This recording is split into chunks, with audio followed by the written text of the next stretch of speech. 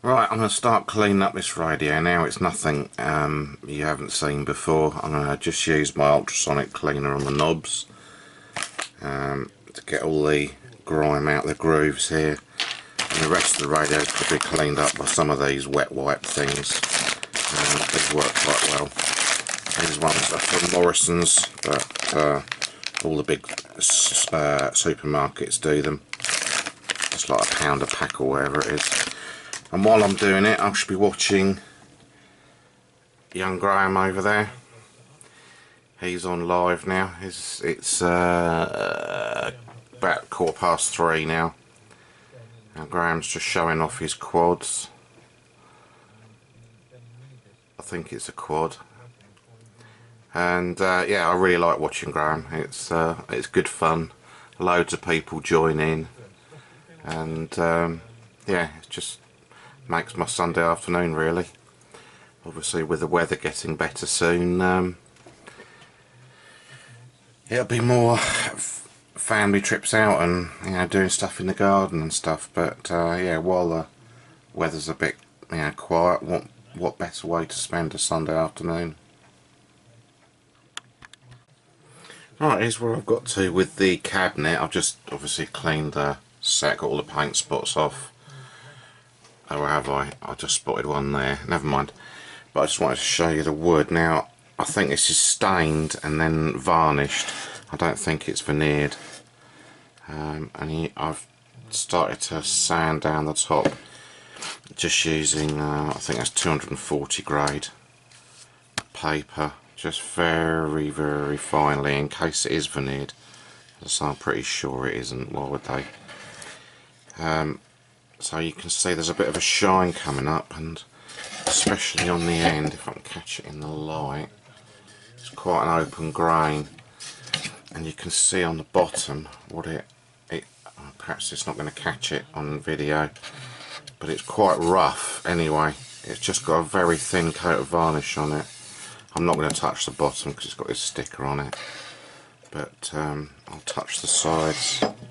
Perhaps you can see it there actually. But you can see how visible the pores in the grain are, or the sort of groovy things. I don't know what they're called. And my hope is to get those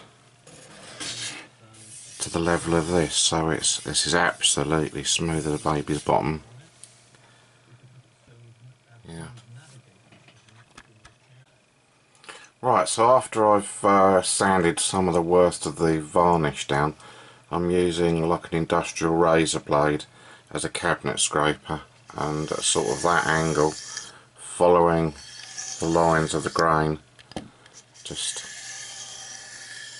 very finely taking the varnish down. You can see it acts like a tiny plane. It just takes the varnish down. Oops, I'm trying to do this one-handed. And then it should start to gleam. And very nice. Right, here's me saying I didn't think this cabinet was veneered. I just thought it was stained, sanded plywood and then stained. It flipping well is veneered because I've just taken a little bit off. It was there, just under my thumbnail. I've just lifted a bit, so it definitely is veneered. So I'm going to have to be much more careful.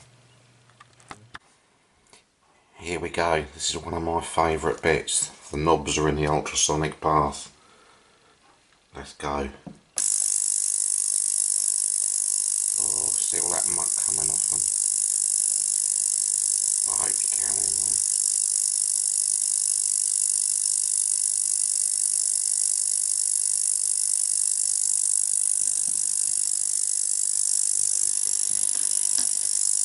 You can see some sediment already in the bottom. Oh, look at that one. There's a cloud of dirt appearing. Probably won't be able to see it on YouTube by the time it goes through all the processing. But anyway, that's how I like to clean my knobs. Right, that's finished that. I don't know if you can see, but you probably can't. Where the transducer is, there's always like rings, concentric rings of dirt. So even knobs like this that are fairly clean, but have got real tight grooves for all the dirt to get trapped, the ultrasonic cleaner, you can just see me washing the dirt away there. The ultrasonic cleaner works really well. Now this isn't an expensive unit, this cost me about 30 quid. About 3 or 4 years ago, no more than that, about 6 years ago, from Maplin's, I think it's called a James. And yeah, I've found this one of the most useful tools, you know, other than your basic testing stuff like meters and stuff, for radio restoration, because the knobs and all little bits and pieces can go in this. This is only like a litre, I think. You know, it's not a big £500 professional 5-6 litre unit, and I just used a drop of washing up liquid and it cleans the knobs up a treat. Sometimes you have to go over them because you've got grease, you know, in the knobs, but certainly paint spots and things, it'll get them off no trouble at all. And the best thing is you're not scratching your knobs because you're not using a brush. So yeah, well worth investing in.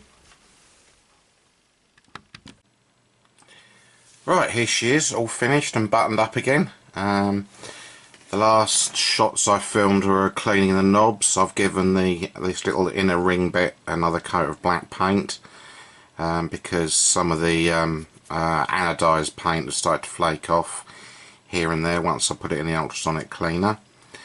I've used my usual auto glim vinyl and rubber care on the plastics, give them quite a lustre. On the cabinet itself, I move the aerial out of the way, you saw me use like a industrial razor blade as a cabinet scraper to scrape the top down, and that's come up really well, and I've put 2 coats of wax on that just to give it sort of like a satin sheen, as opposed to the badly applied varnish and also very, very tired varnish that was on top of this veneer. And my word, is that top smooth now. It's really smooth. So all round it's in excellent order now. People always ask about FM on this, and I think someone said somewhere that it was one person on a particular forum has said FM was bad on this, and someone agreed with them. I don't think that's the truth. Let's just have a listen to my local radio station, which is about 15 miles away in Cambridge.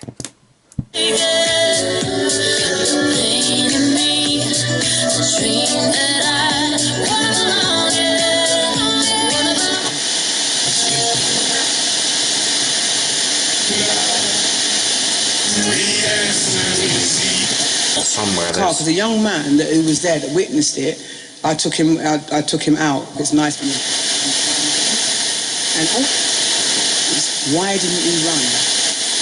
Because I think, you know, there are so many paths, and he's been so generous in giving us these incredible sort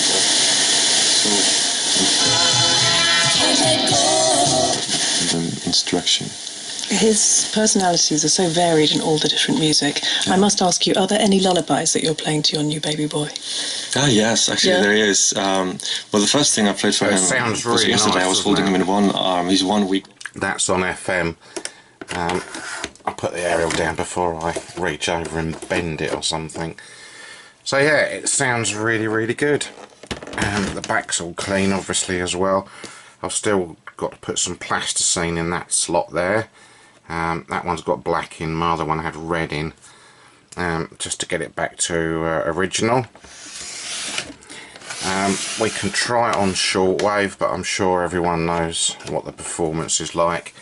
Over the weekend the shortwave bands were quite hot actually. I tried this last night and they weren't so, but we can give it a quick whirl.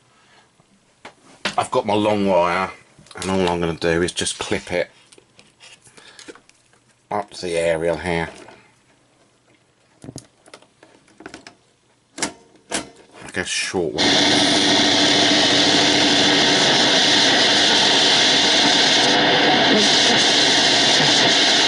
You received the order on mot à mot.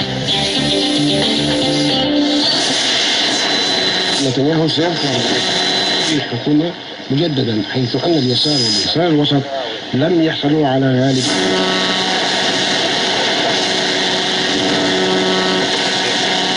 It almost sounds like a thoroughbred horse, doesn't it? Like a racing car or something, where it's dying to take off.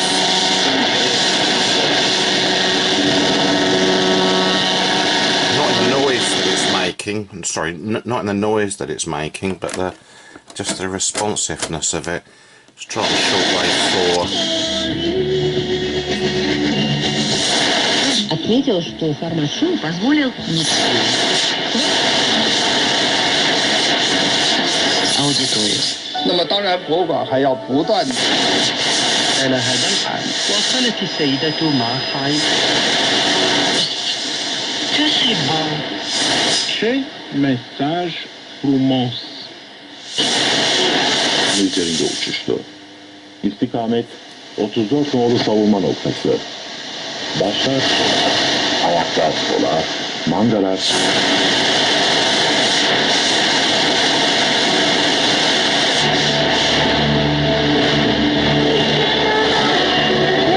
What's the fading down on there, isn't it?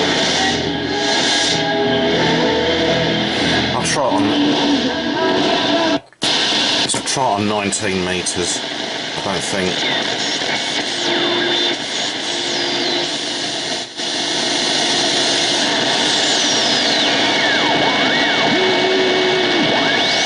What's going on there?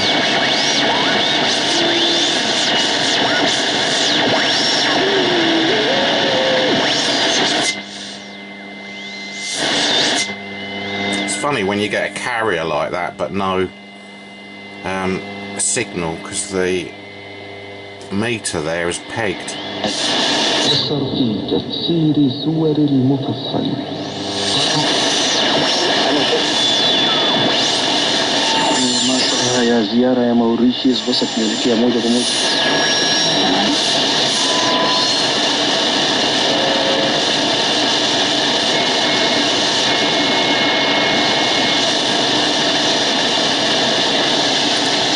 There we go.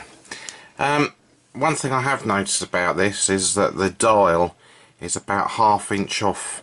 You know, if you put it on 6 megahertz, bang on 6 megahertz here, 6 megahertz per my signal generator actually comes about ½ inch to the left here, and it's the same with all the other bands as well. So whether there's a little bit of trimming to do, I don't know, but I might just leave it.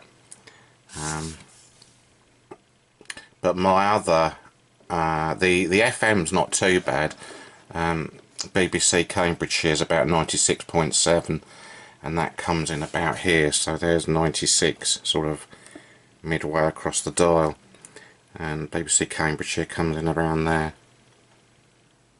So it's about a quarter, you know, it's pretty much spot on there, I'd say, because there's no real indications on the FM. You just got 108, midway at 96, and 88. There's no other marks. But all the AM stuff is about ½ inch out to the left. But yeah, very nice set. Very pleased with the condition it came out in. Yeah, just have a look at that wood. I don't know if it's going to pick it up actually, but it's really nice. And I took this off. This is actually, there's 3 little pegs on the other side that they melt down with a soldering iron or something to pinch it. But I've actually put some glue around the edge here, just Copydex. You know, the smelly old rubber stuff. I've just put that there just to hold it, because I didn't want to melt the pegs again, because there was not a lot left to melt. Yeah, so I took that off and just scraped the whole lot down. really. You can just see how gleamy it is here. It's a very nice finish. Now, yeah, so that's it really. Thanks for watching. I've got a collection of radios building up now. I've got a blue Sovereign to sort out. I've got a Hacker, early Hacker RP30 to sort out. I've got a Murphy radio to sort out. And I've got another one. Oh, I've got the Hacker Super Sovereign. Not Super Sovereign, sorry, the Sovereign 3 to sort out, which is behind me. I might do a little Murphy next, just for something different, because I need to take that apart. And that should be a more interesting radio to look at rather than the Hacker Sovereign 3. Unbelievably. Right, thanks for watching.